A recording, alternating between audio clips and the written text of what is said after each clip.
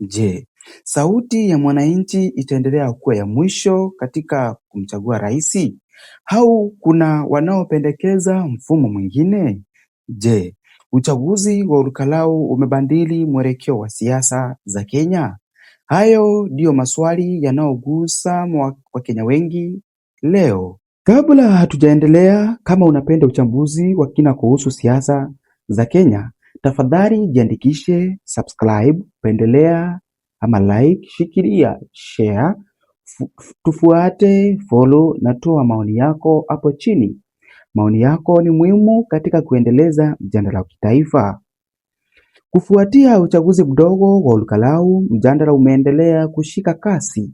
Wachambuzi na viongozi mbalimbali wamekuwa wakitoa tafsiri tofauti kuhusu ujumbe uliotolewa na wapiga kura. Wapo wanaoeleza kuwa matokeo hayo yanaashiria kuwa wananchi wanazidi kufanya maamuzi yao kwa kuzingatia aina ya viongozi wanaotarajia.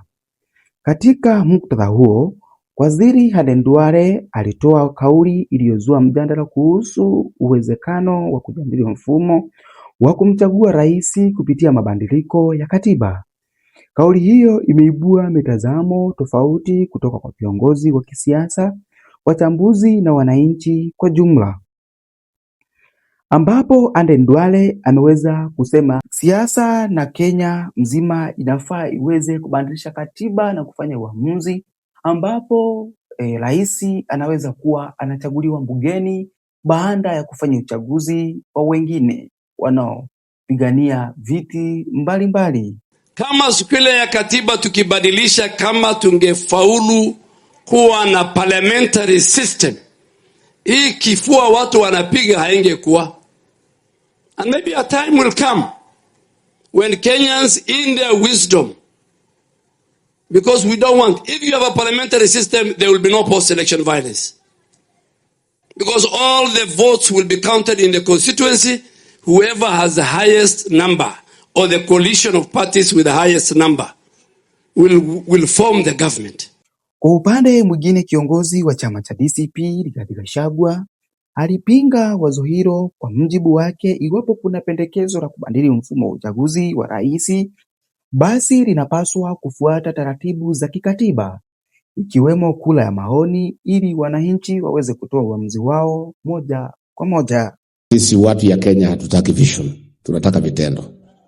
Mambo ya ndoto hatutaki. Mtu akitaka kuota ataota kwake, si ndio? Na tumeona Attorney General kwa hii kikao, rais amesema ati kila mtu asungumuse mambo ya 2060. Ati Attorney General anapanga ati zile sheria zinataka kurekebishwa. Tuko na habari ati wanataka kupendekeza vile William Ruto ameona kura hii ya presidential hawezi pita, ati wabadilishe katiba, ati walete parliamentary system, na ndio Aden Duale anasema ndio wanunue wabunge vile walinunua wanifukuze ofisi aendelee. Yeye sasa ameona hii uchaguzi ya presidential hawezi pita. Sasa angetaka, kwa sababu wabunge ni rais kununua. Pale Olkalau amejua kununua raia ni ngumu. Hao raia kwanza Olkalau ni kichwa ngumu kama Rigiji. Si ni kichwa ngumu? Sasa ameona raia huwezi nunua. Watu rahisi kununua bei ni wabunge. Isipokuwa wachache hao wakina Kakamega, wakina Wanjiku, ambaye ni watu wako na msimamo. Lakini wabunge wengi ni watu ya kununuliwa. Sasa Aden Duale anasema tunataka tutoke presidential system tuende parliamentary, because rais anajua kununua wabunge ni kitu rahisi. Anaweza nunua wabunge atuwamrudishe aendelee. Hiyo ni mambo haiwezekani. Hiyo mkitaka kubidua mulete referendum, tutaiangusha. Hatuwezi kubali. Hatuwezi kubali kubadilisha mfumo wa uongozi katika Jamhuri ya Kenya. Hapo ndipo mjadala ulipozidi kupamba moto. Je, ni mfumo upi unaolinda kwa ufanisi zaidi sauti ya mwananchi? Je, wananchi waendelee kumchagua rais moja kwa moja au mfumo bandala unaweza kuwa na manufaa zaidi? Haya ndiyo maswali yanayozidi kujadiliwa katika majukwaa mbalimbali nchini Kenya. Wahenga walisema ukweli hauogopi uchunguzi. Hivyo basi, hoja zinazotolewa na viongozi zinapaswa kujadiliwa kwa utulivu, heshima na kwa kuzingatia katiba na sheria za nchi.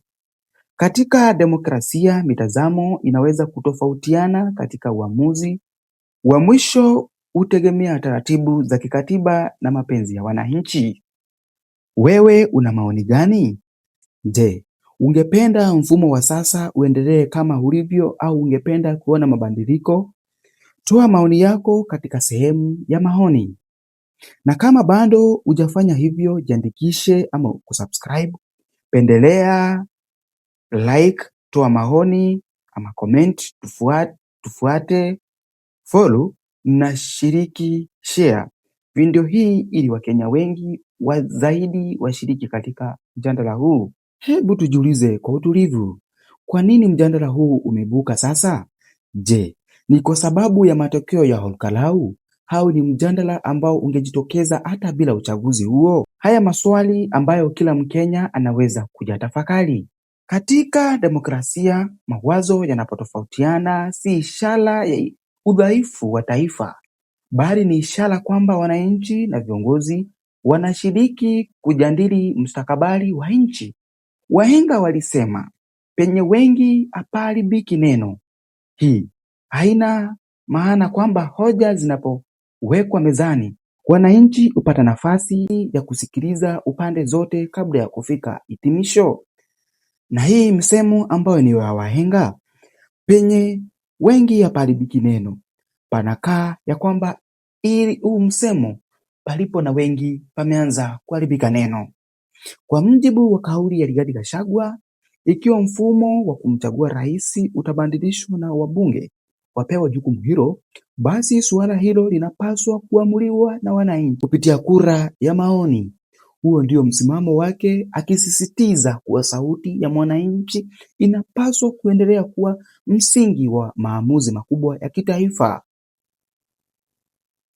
Lakini wapo pia wanahoji, je, mjadala wa kubadili mfumo wa uchaguzi unalenga kuboresha utawala au ni mjadala wa kisiasa unaotokana na mazingira ya sasa?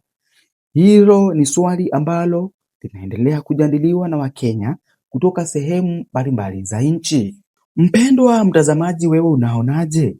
Je, ungeunga mkono mabadiliko ya mfumo wa uchaguzi wa rais ikiwa yangeletwa kwa mujibu wa katiba, au unaamini mfumo wa sasa unapaswa kubaki? Andika maoni yako kwa heshima, kwani kila maoni yana nafasi yake katika demokrasia. Kumbuka pia kujiandikisha, subscribe, kupendelea, like, toa maoni yako kwenye komenti, then tufuate na ushiriki hii video ili watu wengi zaidi washiriki katika mjadala huu wa kitaifa. Siasa hubadilika, viongozi hubadilika, lakini katiba hubadilishwa kwa kufuata sheria na kwa sauti ya wananchi. Mwisho wa yote, nguvu ya demokrasia haipatikani katika kelele za viongozi pekee, bali katika uamuzi wa wananchi wanaoshiriki kwa amani na kwa kuheshimu sheria. Mwishowe, mjadala huu unakumbusha jambo moja muhimu: nguvu ya demokrasia iko mikononi mwa wananchi na katika kuheshimu katiba.